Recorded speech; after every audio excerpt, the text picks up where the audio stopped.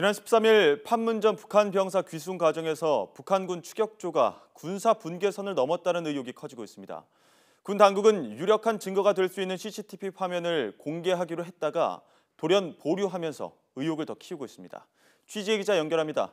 강정우 기자. 네, 국방부입니다. 무장한 북한군 추격조가 군사 분계선까지 넘었다는 문제가 심각한데요. CCTV에 어떤 장면이 담겼던 거죠? 네, 영상이 공개되지 않아서 말로만 전해지고 있는데요. 북한군 추격조가 귀순 병사를 쫓아 달려가다가 갑자기 멈칫하는 장면이 CCTV에 포착됐다는 겁니다.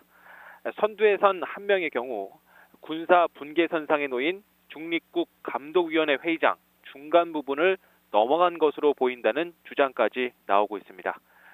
주변을 두리번거리던 북한 병사들은 더 이상 추격을 포기하고 북쪽으로 되돌아갔다는 것이 CCTV 화면을 봤다는 군 관계자들의 증언입니다.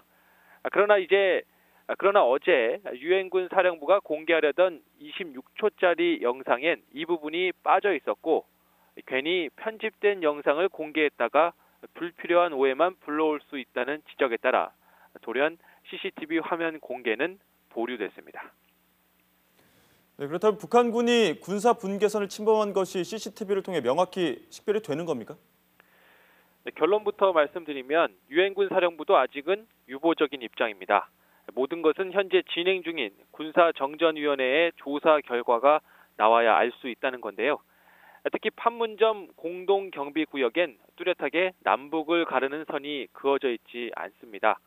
자유의 집과 판문각 사이엔 콘크리트로 얕은 턱을 만들어 군사 분계선을 표시해뒀지만 나머지 공간엔 약 1m 높이의 말뚝을 10여 미터 간격으로 박아둔 것이 전부입니다.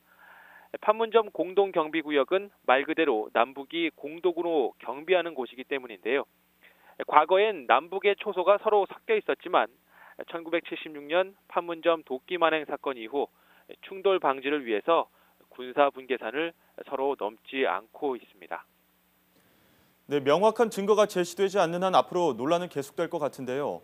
북한의 정전협정 위반 행위에 대해서 우리 측이 취할 수 있는 조치는 어떤 것들이 있습니까? 네, 과거엔 군사정전위원회의 조사 결과를 바탕으로 북한에 공식 항의 통지문을 보냈습니다. 이후 남북 장성급 군사회담을 열어서 조사 결과를 설명하고 북한의 사과와 재발 방지 약속을 요구하는 형태였는데요. 그러나 문제는 현재 남북 간 군사통신망이 모두 닫혀 있다는 겁니다.